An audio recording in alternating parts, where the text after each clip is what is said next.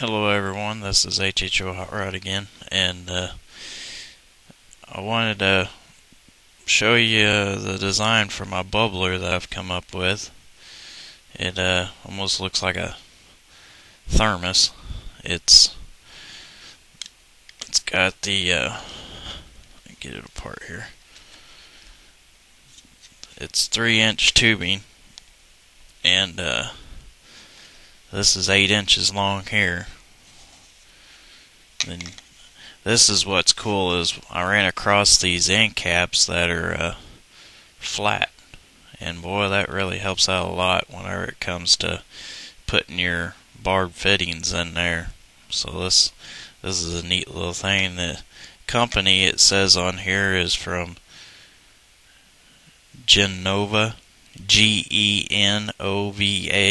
So it's made in the USA. I don't know if you can do a search on Google for it or not, but a little heads up on that, they might be able to tell you where you can get them.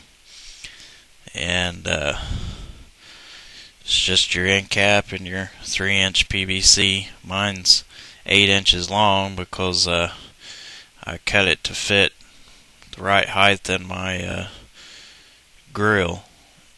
So we got it cut at 8 inches, and I was worried about the way this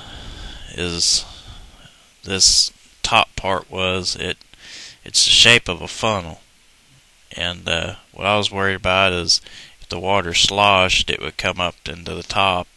And my barb fitting, we're going to drill a hole right here and thread it in there and put it on this very top part where the gas is going to be the toppest point in the bubbler. And what I was scared of is that water sloshing and coming up in there, and then that barb fitting gets water over, it's going to suck that water right into the motor. So I went to the hardware store and took all the connections and stuff that they had in there, and I was trying to find one that would fit down inside the hole of this, and I actually found a coupler that just fit right down in that hole, just perfect. And we glued it in there, and it's in there solid.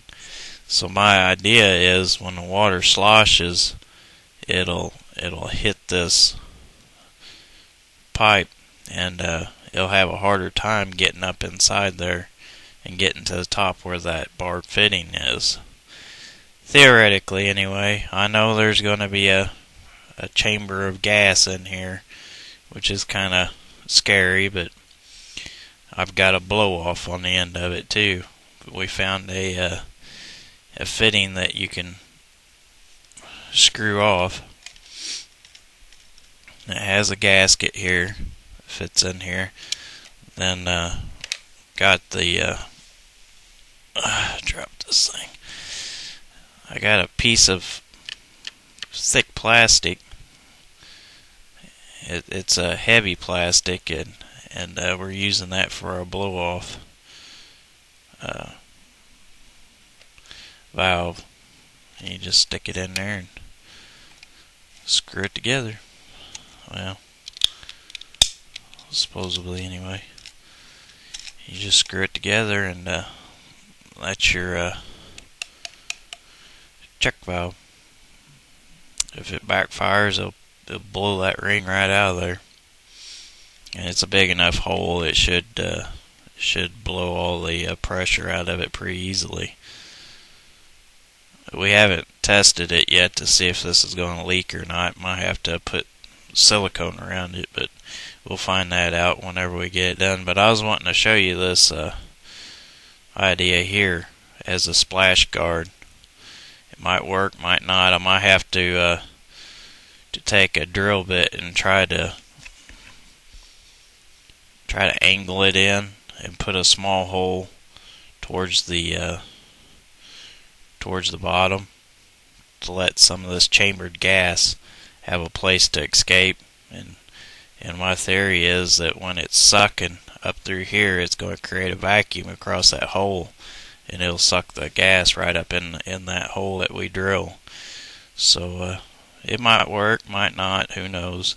But it's just an idea that I was just concerned about getting water up inside the motor through the bubbler, sloshing water. So something I wanted to pass on to you.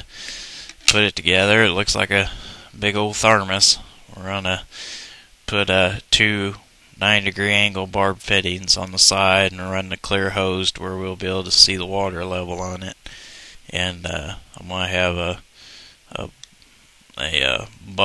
the bubbles going in will probably be up a little bit high, and I'm gonna have a return barb fitting here for the water going back inside of the generator.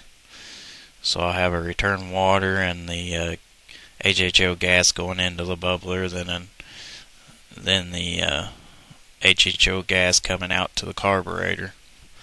So I just wanted to pass that on to you. I don't know if it'll help anybody out or anything. It's just an idea.